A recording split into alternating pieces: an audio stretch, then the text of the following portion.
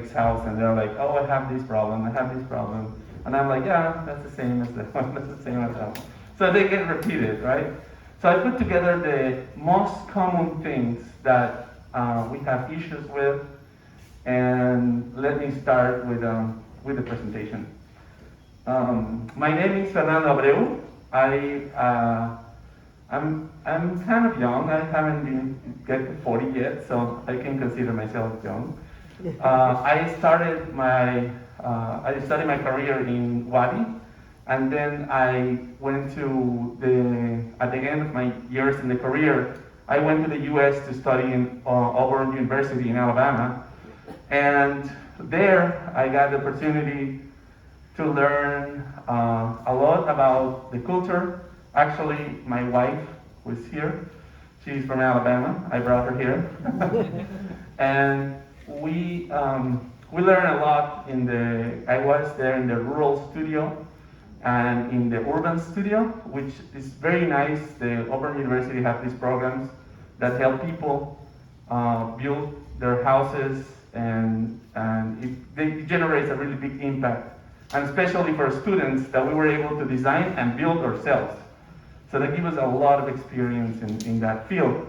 And I'm very hands-on, no, I'm just kidding. I'm very hands-on. I really like to do things myself to help, and many of the people that know me know that I get to places and I start fixing things myself as much as I can. But so after 8 or 9 years in Centro, I started my company. I used to work I worked for 6 months for Henry Ponce, very well-known architect in Mérida. And then I studied my master's in construction management. I studied also a year of structures. And that brought me here to Centro Architects. I have changed names like 3 times, but well, it's there. Now it's Centro Architects, which I think is a great name for the company. Yeah, you have to turn on this. This is my team. This is all the people that work at Centro Architects. This is the team for projects. So we have a section that do projects from zero to all the way to finish the house. We also have the team of maintenance, which is our main thing. Most of the things that we're going to be talking about today are related to their work. They're amazing, an amazing team, very young, well prepared, and very professional. I'm very impressed. In the office, we try to make it as a school. I let them mess it up. I'm sorry. I let them learn by themselves, and it's a whole way of thinking, like in the office. So we try to make it so they can learn and they can teach the others in here. And then we have the design team, which is right here, that help us to do the plans and everything. And my wife, which is in charge of all the ads and things that you see in Facebook and Instagram. And of course, she's in charge of taking care of my 2 beautiful daughters, 4 and 8 years old, which are a whole lot of work. And the people that know me, you know I'm very busy. So it's always nice to have somebody that supports you and help you be here. So I want to give a big thanks to my wife for all the things she does. And, well, at Centro Architects, as I said, there's 3 main things, and one of them is the maintenance. And in the maintenance, we do almost anything that has to do with the house. We do hydraulic, ironwork, irrigation, my sombras, painting, masonry, plumbing, waterproofing, air conditioners, aluminum appliances, carpentry. I want to go fast through this because I have a zone presentation. Electrical, cleaning, gas, stone, inspections, pool, everything basically that you can have in a house we do. And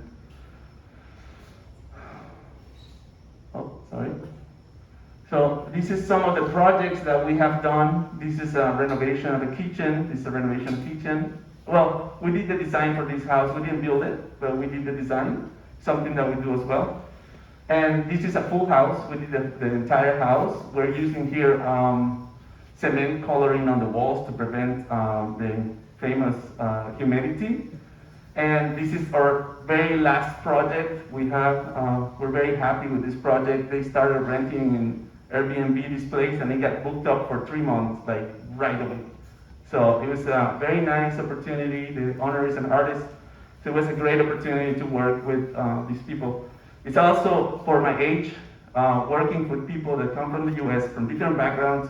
Some of them have big companies, have tried everything. You come here, they talk to me, and I'm like getting all this information. I'm like, I'm so lucky to have all this information in front. I don't have to make the same mistakes. So I'm gonna start the presentation talking about electrical. This is like the worst thing that you can have in your house is problems with electricity. When I get a phone call for electricity or for plumbing, most of the time it's on the weekends. I don't know why it said that, but it always fails on the weekends. The electricity waits until like 5 o'clock on Saturday to fail, and you run out of water at that time. It's like it's an even. In Mérida, as you know, as a community, there is a lot of new people coming. There is a lot of people coming into Central. There's a lot of buildings that were abandoned that now are being used, and that have a lot of electrical things. They have pumps, you have air conditioners. Everything that is used gets a lot of energy from the lines that are old lines. I mean, 100 years ago lines that don't work. We pass over the capacity of our transformers. And so people start having problems with electrical. It's very common, and as I said, it's always on the weekends. We have, the first thing I want to talk about is, when you lose power, the first thing you have to do, go out, check with your neighbors. So check both sides, because there is some houses that are right in the middle. So you can have like power here, but not here. So you want to check both sides. And the main thing they call me for is a bad connection. This is like so common. And the reason is these are old connections. And sometimes when they do a renovation, they don't even touch the electrical. So on the post and on the house, you have the connection of the cables. And sometimes with the big winds that we have, they get disconnected, they fail, they don't work correctly. So they get old and the connection doesn't work well anymore. So they have to come, cut it, and reconnect it. That's a whole pain to get CFP to do that. But if you manage, give me a phone call and let me know how you did it. So you don't want to have this issue. If you don't have power and you have like half of your house not working and the other one works, that's very likely to be your meter. This type of meter is what people use the most. You see your house, maybe you have this type of meter. It's the house meter. But when you have a lot of electrical going on in your house, these things burn and they actually melt. So you want to call the electrician in that case, and if the electrician said your base is fine, and your meter have this red dot right here, sorry I'm nervous, I can't point it really well. This is, the meter marks like a red dot here. That means that you have a problem outside the house. So the problem is not inside, it's outside. And sometimes it starts clicking. It goes like click, click, click, click, click, click, click, click. And that clicking means that this is being protected. I'll tell you a little bit about it in a second. But so the meter, that if you have this base, I would strongly suggest if you have a big house with a lot of air conditioners and a lot of things, to use a base like this. It's called 7200, 7200. And that base, it's a more commercial base. But it really works, and it helps you don't have these horrible things with this. If your base meter burned twice, change to this. Like, don't think about it. It's probably that. The one thing that many people don't know is that these new meters, different from the old meters, these meters have a protection, which is kind of bad. It seems to be like a good idea, but at the end of the day, it gets you without electricity. If you pass a certain amount of electricity going into the house, it will protect itself. So if your house starts going like click and no power, power, no power, power, no power, power, if you experience that, this is the cause. The meter is protecting itself. And it could be protected because there's a lot of consumption in the street or something's happening. So they are protected, and there's, I mean, you can't take out that protection out of the meter. So it's a big deal. If you have that issue, it's kind of difficult to. Sorry, if you were looking for solutions, maybe I'm not giving you solutions, just things to worry about. But another thing that's very common, I get a lot of phone calls is, well, I'm going to talk about the fan capacitor.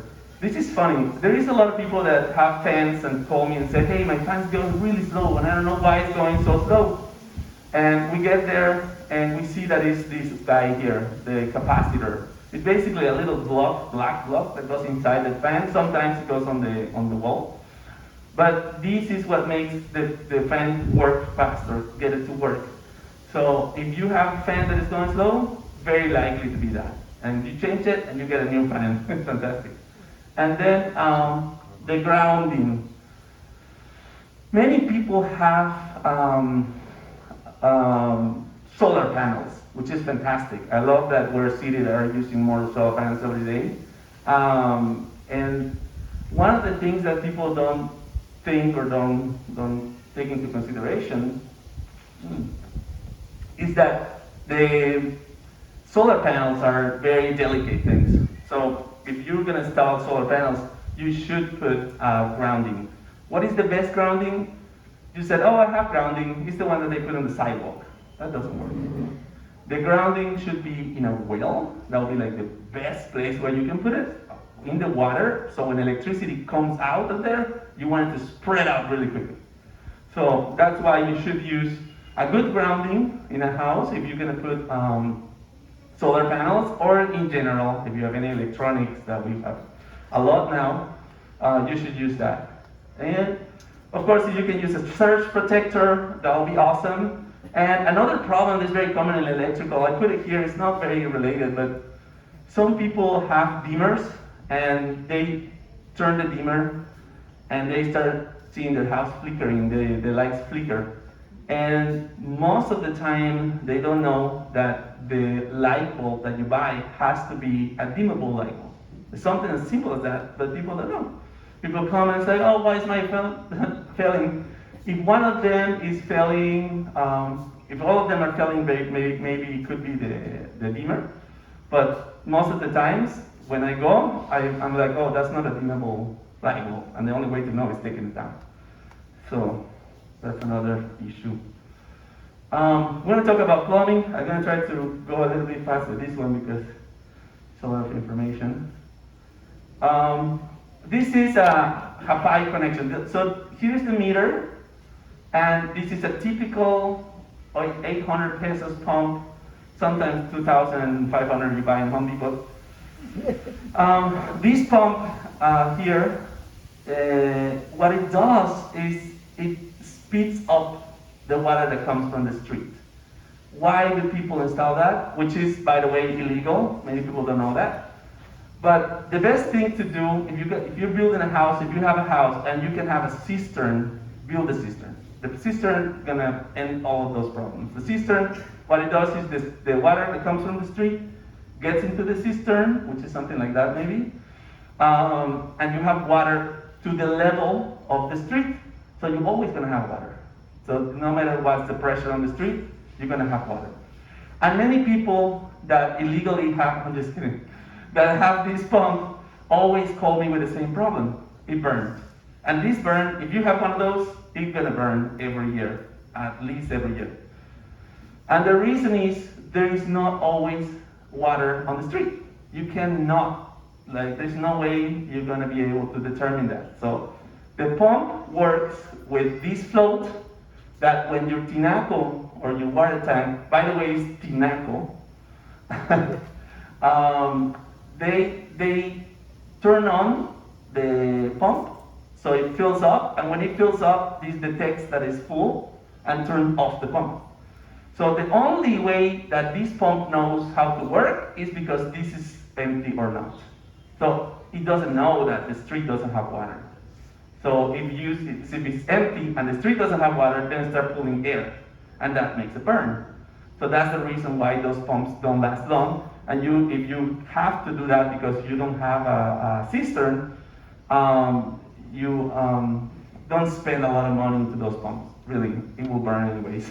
So Then you have the cistern and tinaco.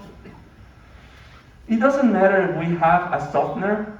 The cistern and tinaco are normally before the water softener, so they get a lot of debris. They get a lot of calcium, and sometimes we don't have time to go to the roof and check it. But at least every year, send somebody, one of your persons, and have this clean, because the calcium builds up really quickly. In some areas in Mérida, it looks really, really bad. If you can see it on your toilet, when you take it out, it's like, what is all this white stuff there? And so make sure it's clean. And you can use, I put a float here, because many people don't know. When you have a pressure system, the pump that you normally use is a submersible pump. I actually, if you can use a submersible pump on your cistern, that'll be the best thing to use, because they are underwater. They work quickly, they work better, they move more water, and they normally install them without a float. And this float is a protection float. What it does is that it prevents the pump to work if there is no water on the cistern. So if you don't have that security system, what's going to happen is when the street fails and you don't have water in your cistern, this is going to turn on and it's going to burn. So you want to have that security system, and if you visit our Facebook page, there is a video about it there. We have some videos that we do. We did during the pandemic to help people that we weren't able to go with our clients and help them. We make some videos that show you how to take care of things yourself. So if you want to know more about that, you can watch the videos there. And then we have an emergency tinaco.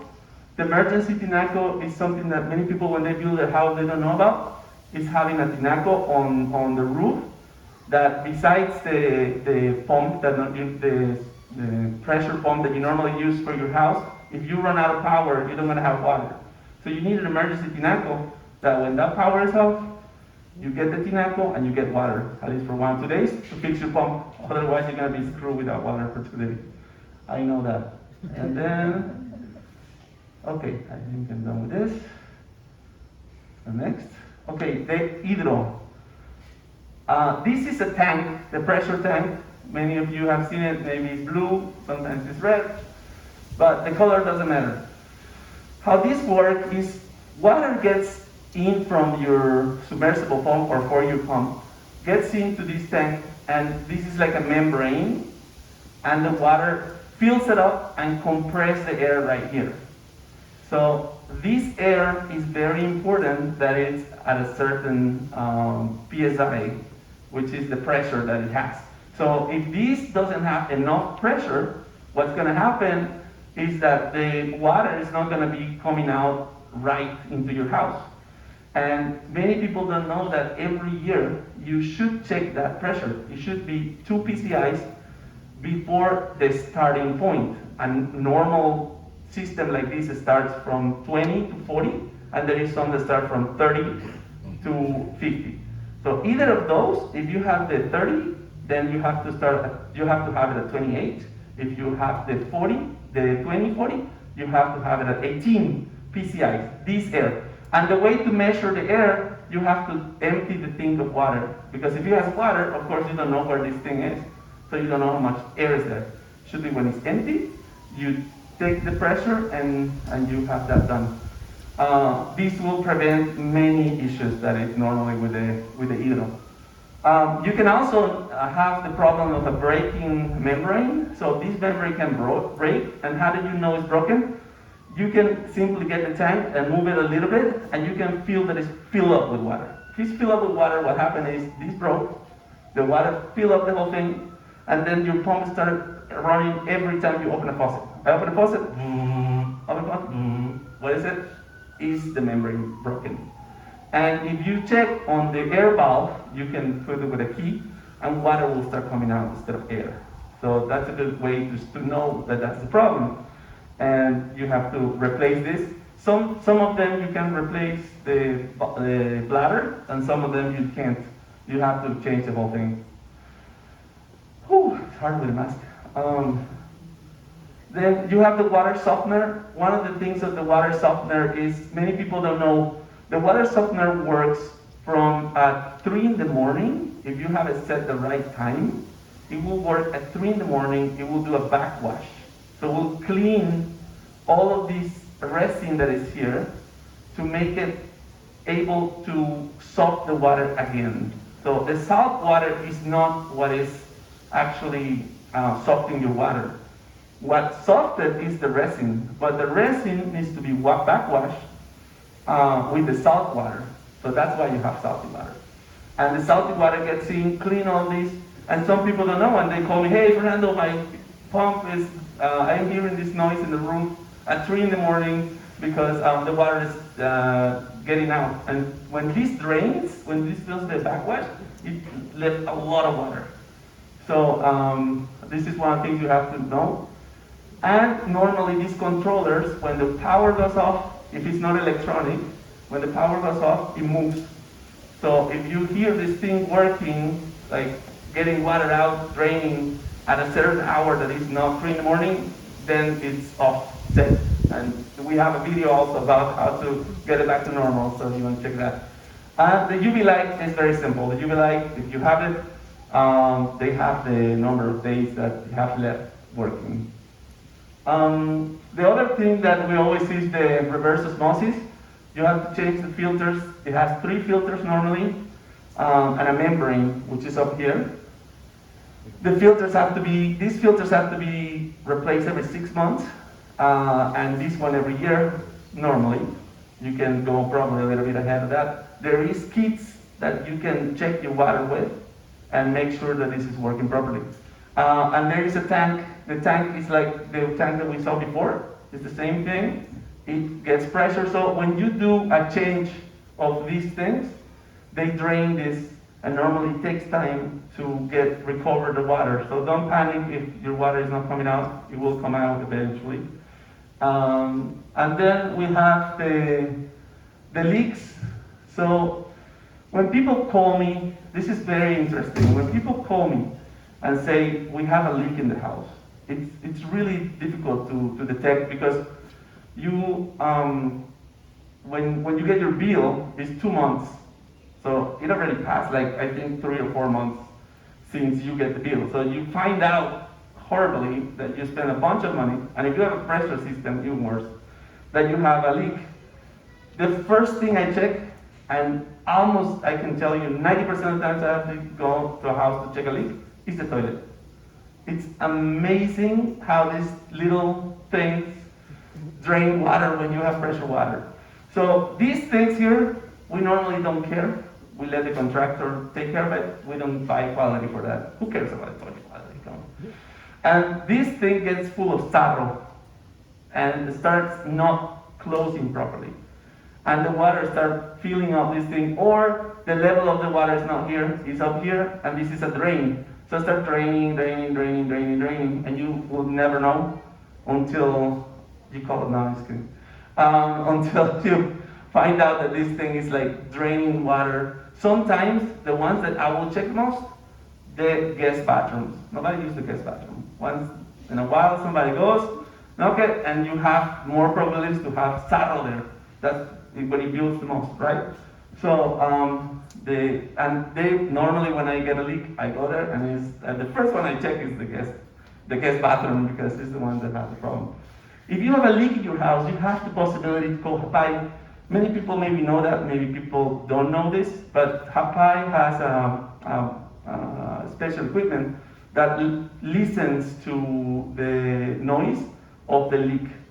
So if you have a leak, they will come to your house, they ask you how many bathrooms you have, they charge nothing, I mean it's very cheap.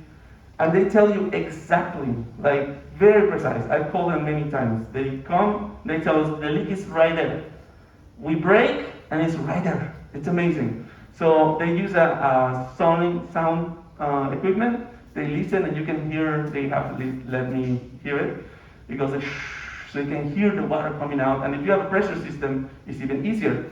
The problem is we have a problem in a house where we call them 3 times. I went myself, we couldn't find the leak. It would just appear from time to time. It wasn't raining, so it wasn't the rain. Oh, those are the worst. And then we find out that when they install, the carpenter install a closet, they have gone through the pipe, through the septic pipe, which was from the sink. There's no way we're gonna find out. I don't know how we found it.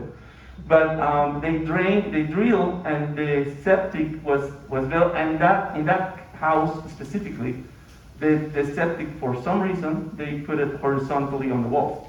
So there's no way to know. Normally it goes down, so you don't heat it, you know it's there. So in that house, it was out of the sight, nobody knew, it was a disaster.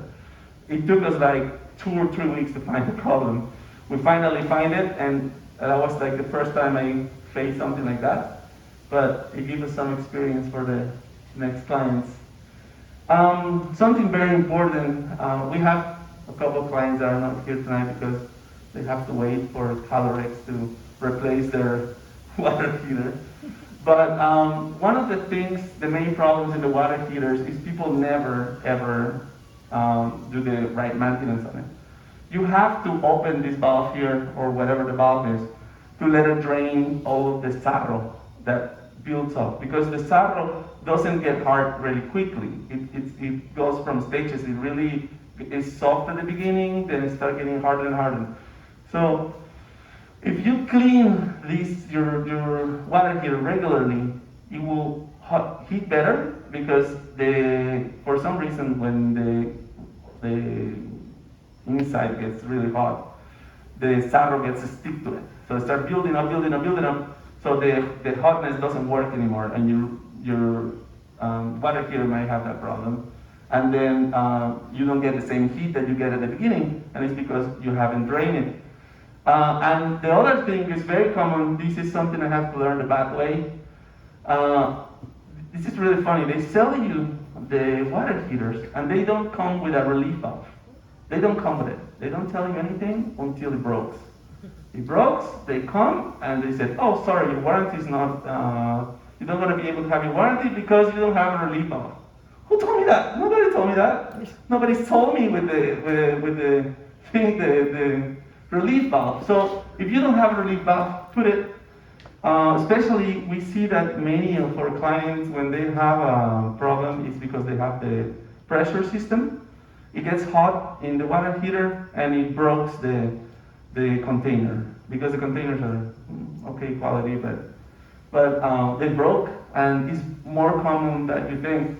And these things here, the relief valve, there is other kinds, the ones that are very small, they don't even allow them. When they come, they're like, oh, that doesn't work, so you don't have a warranty.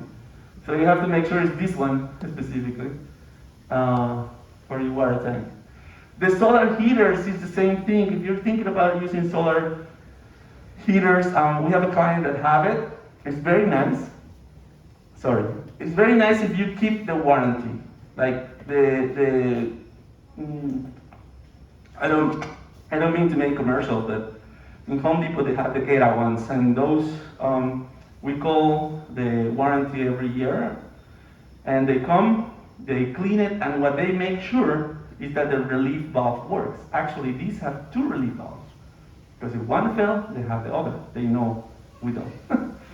And so they, if you keep it maintained with them, you can guarantee that this thing is going to last forever. If you don't keep it maintained, don't buy it. I mean, it's going to fail. It's going to break. They have the same issue, and this is even worse because there is nothing controlling the heat here. I mean, it's just the sun heating it until it breaks.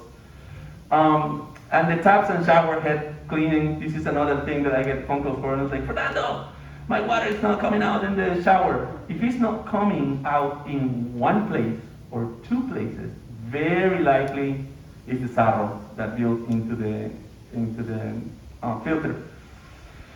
If you have a problem in the rest of the house, it could be another problem. But if you have a problem in a specific place, it's very likely to be sarro.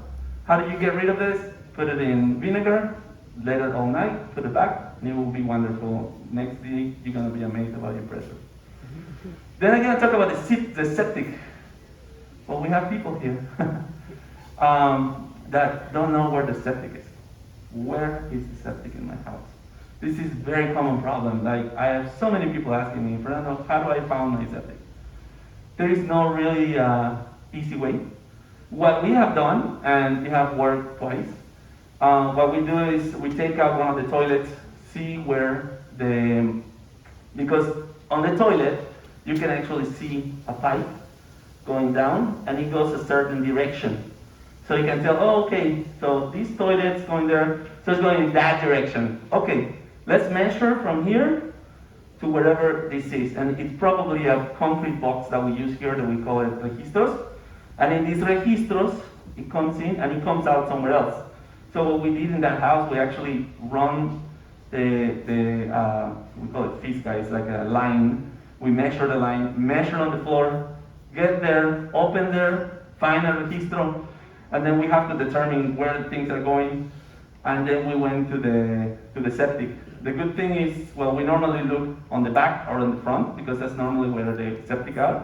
Unless you're in an old house that was renovated, the old part is like half, so probably your septic is right behind it.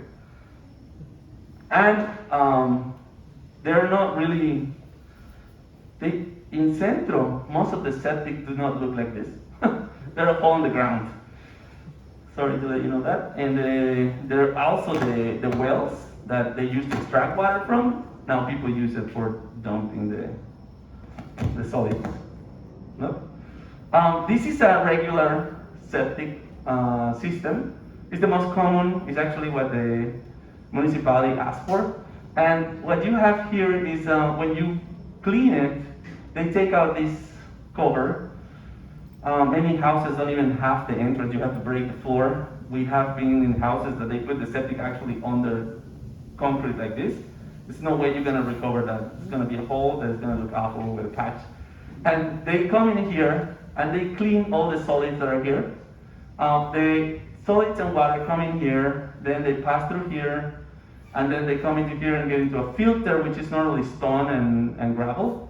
And when they come to clean it, what you have to check is that they clean up this and they wash this well and then clean it up. After this, it goes to a well that it's normally a big well. If they use a small well, then you might have problems later. It should be cleaned probably once every 5 years, 10 years, who knows. It really doesn't make a difference unless you notice that it's filling, which is very awful to find out that because it comes out of your shower. Sorry. And the other thing is,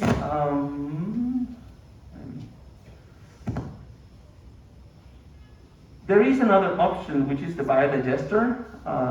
Many people may think that it's very nice. I personally don't like it. Every time I have a client that has this, they need to be cleaned like every year. I went to the page of Rotoplas to see how often, and it says there like 1 or 2 years you have to clean it. And the reason is I have to clean one of them. And the guy was like, well, when we clean this, normally the issue is they throw paper. I don't want to go a lot into that issue of the paper because it's a big debate. But when they throw the paper, it accumulates right here. So there is a pipe that goes down here, almost all the way down. And they make it so close to here that anything they put in here starts clogging. And then you have issues with this. So when they come and they clean it, they put a barreta, they call it like a metal thing. They put it in, and immediately this thing like gets all the water. And normally they connect this into a well that is 6 inches, and that's like ridiculous. Whatever you put in there is going to get stuck into the walls and get clogged immediately. And this is a nice idea. If you have it, if you know what it is, and you can clean it up, then nice. But if you don't, if you are about to buy a house that has this system, get prepared for it. I'm going to talk about the pool. I am sorry if I'm passing time. I don't know. Once I've been talking. In the pool, one of the things that I've noticed, this is just a small thing. When you have the trap here, don't always trust the guy that comes and cleans the pool. They do a great job, yes, but sometimes they forget to clean this thing.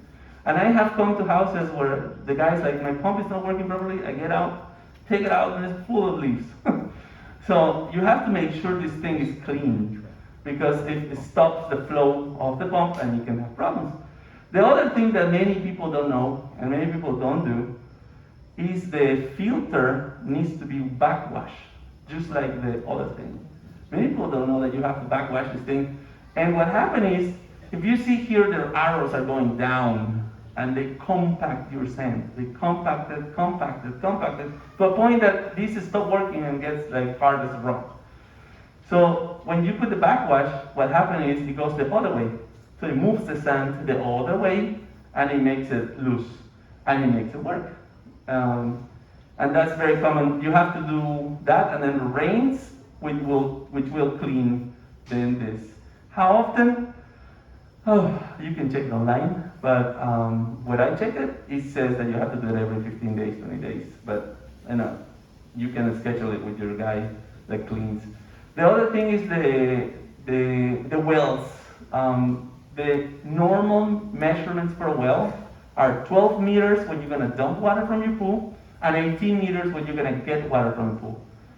When you do a well, the 12 meters, it might not work. I did it in my house, my own house. And I did 12 meters, none of them worked. So it doesn't guarantee that it's going to work, because it could be a storm there and you don't get the water to be going. And then this is very important. And how can you tell? You can get a heavy thing and put it in a line, get it down all the way down, and it's going to touch the bottom, take it out and measure it. It's very important that you do this. This is one thing that you're going to do once, and it's going to save you a lot of trouble. Then we have the finishes on a pool. Painting,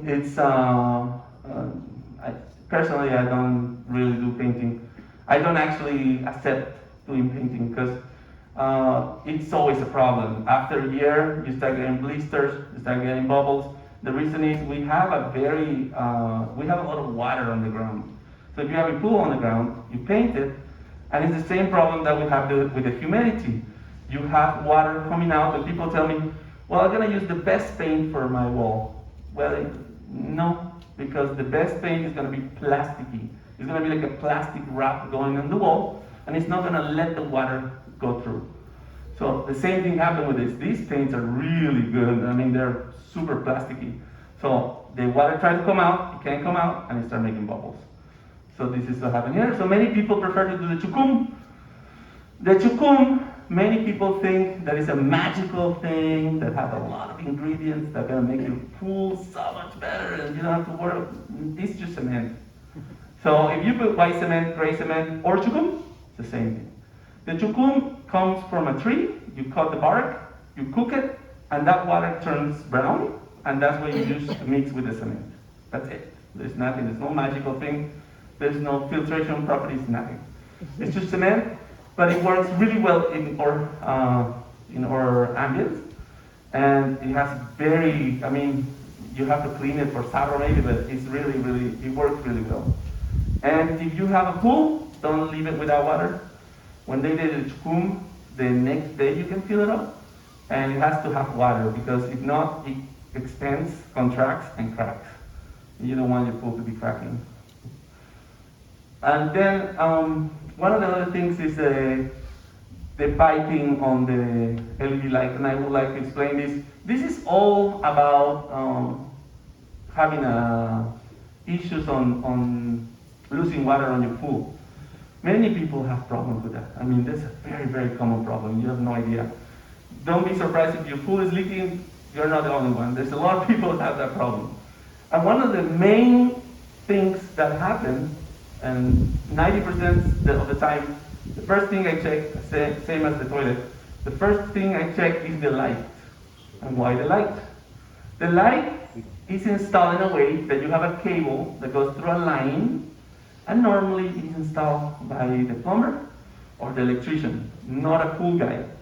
So they put a cheap pipe here, and it gets corroded with the time it breaks, the connections break, and that normally has water inside. All of this gets full of water. So water passes through here, and then you're like, where is the water going? It's right here.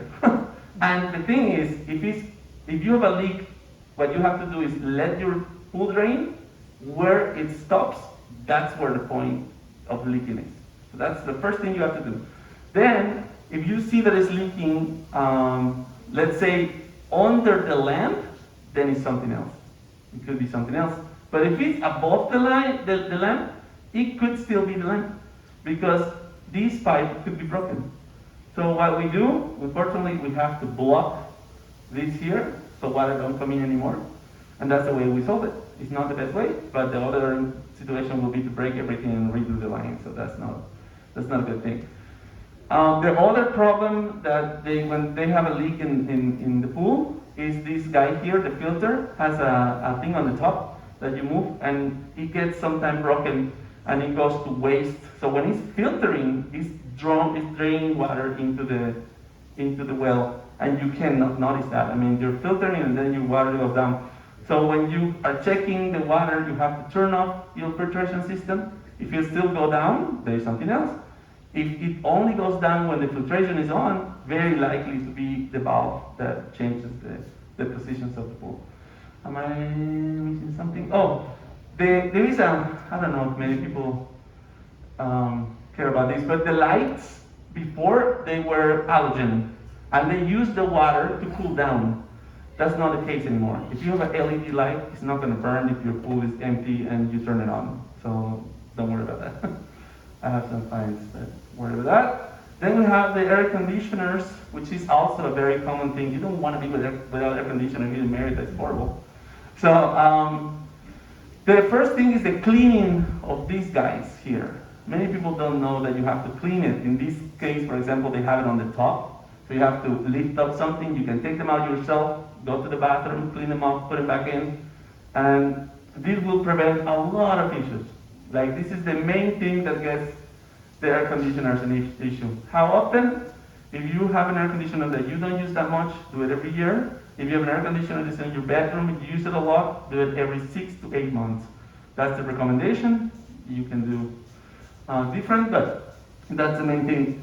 The other thing is the leaks on it.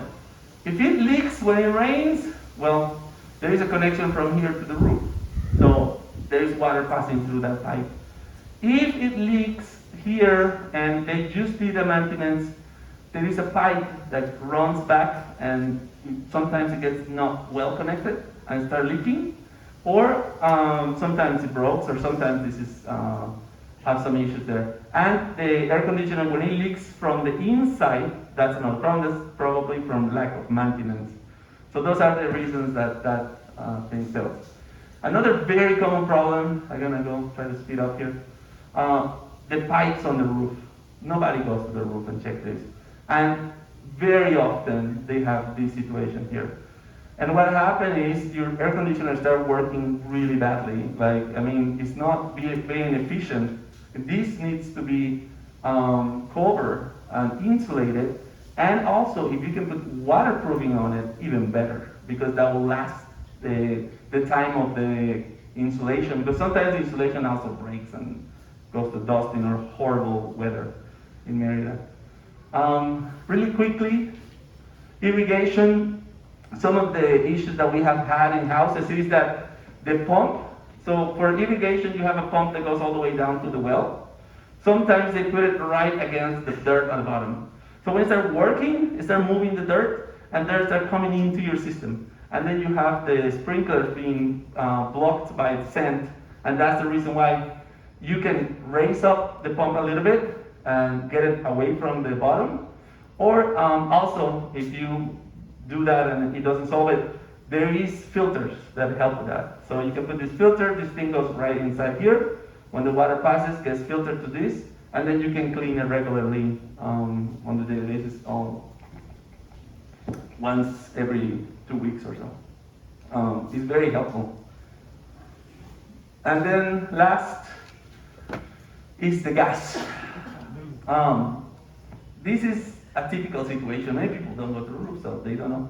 The first thing I do when I get inspection of a house, somebody gonna buy a house, wants an inspection, I strongly recommend you, not with us, with somebody else, doesn't matter, do an inspection of the house. If you're gonna invest all that money, do an inspection. The first thing that I check when I do an inspection is the roof.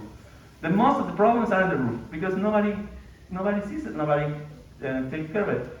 And the gas, I mean, being rusted like this is a very common issue. And then nobody, well, some people know, some people don't. There is actually a gadget thing that you can attach to your gas, and it will tell you on an app how much gas you have. So you can find this in Amazon. It's amazing. You don't have to worry anymore about running out of gas in the middle of your cooking. And then the gas leaks. This is a very common issue also. Get some Windex, put it in your lines, and the connection is normally when the leaks are, and you can find leaks like this, it will bubble like this. And another thing, the regulator. The regulator is after the tank, and normally if you see it, and you see that it's beat down by the sun, this is cracking, it's bad condition, change it, because the thing that's gonna happen is your gas on the stove, for example, start going down and less strong. This is very likely to be the reason why. So I think that's the last one. And thank you very much for listening. And let's start the questions, I guess.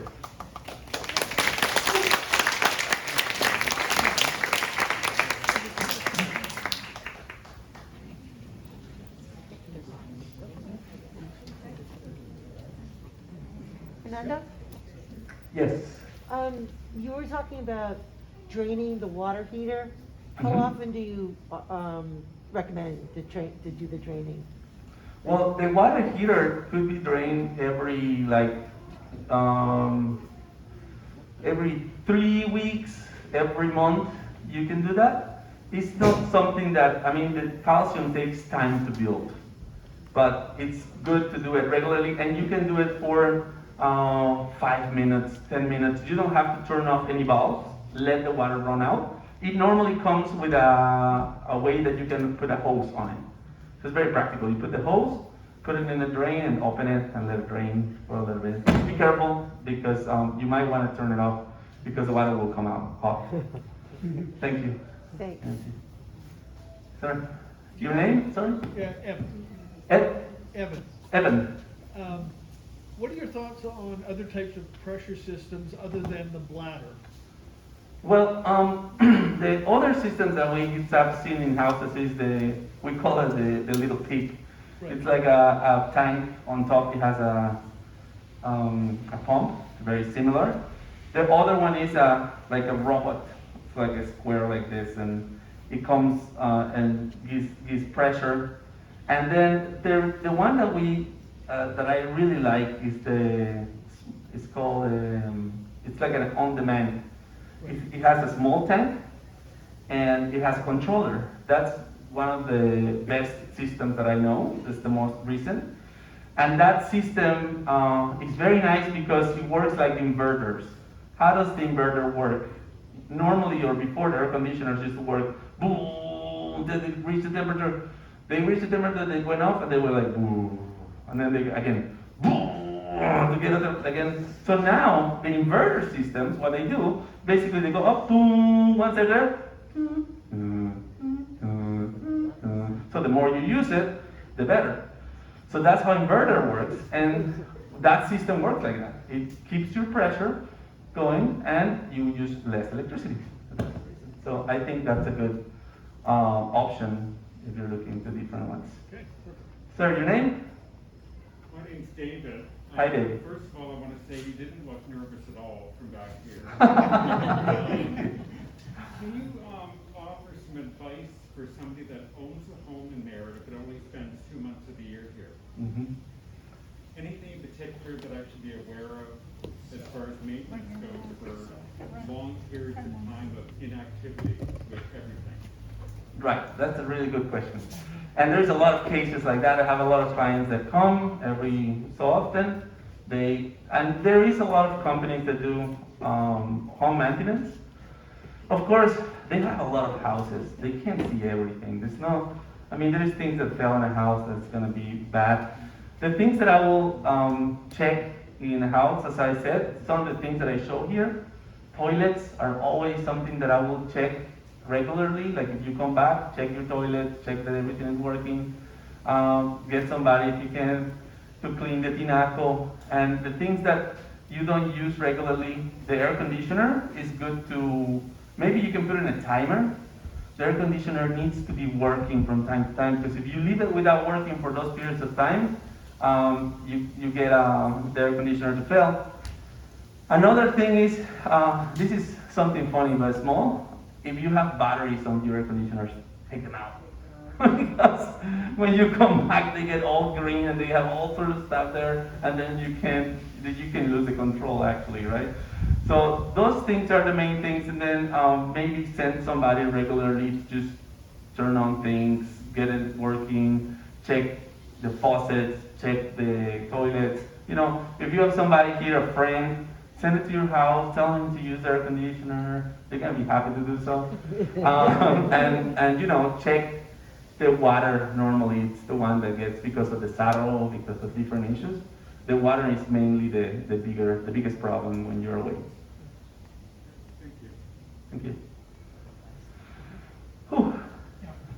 I'm Bob, Fernando. Hi, Bob. Do all pools have two wells, one for drainage and one for bringing water? Disposal. Actually, there is people that don't know this. I have some clients that have pools that they don't have a drainage system. It's a whole thing. When you want to drain the pool, some people don't have even the well to fill it up, which is even worse. They have to call, they rent as Airbnbs, and they have to call the tank to fill up the pool, because they don't have the well. So one of the things you want to do if you want to do a house is make sure you have a well to drain it, make sure you have a well to fill it. And there is something that I didn't mention, but many people ask me, why is there two drains at the bottom of my pool instead of one? And the reason is safety. If you have just one, you can get sucked up by it. But if you have another one, there is still pressure of water that can be released through that one, so you don't get pulled by your system when the pool is working or doing the filtration system. So that's why you have to have two drains at the bottom of your pool. That's very important. It's away from your thing, but I get reminded by that. Question? My name is Betty, and I have a question about termites. I don't do termites. No, I'm just kidding. My company don't do termites. They're horrible. But they made an ugly patch on the pasta tile, you know, to drill a hole and put something in. Why can't they do something like a metal lid or something that you could actually check it yourself? The termites are a horrible issue. I mean, they're terrible. Honestly, we don't do termites. Like, we refer to somebody else. Oh, you have termites? Go to these people. We don't do it. We send it to our competition. No, I'm just kidding. We don't deal with termites because they are recurrent. They come back. It doesn't matter what you do. They come back. You kill them here, they appear there. Kill them there, they appear there. So it's a whole deal. And they have to drill the floors, the beautiful pasta floors, so the venom can go down into the foundation, because that's where they live. And so if you do a house and you can do, as she said, a pipe that is already there to access that, the best thing to do will be, when you're building your house, do a termite treatment. And the best time to do it is before you put the concrete floors.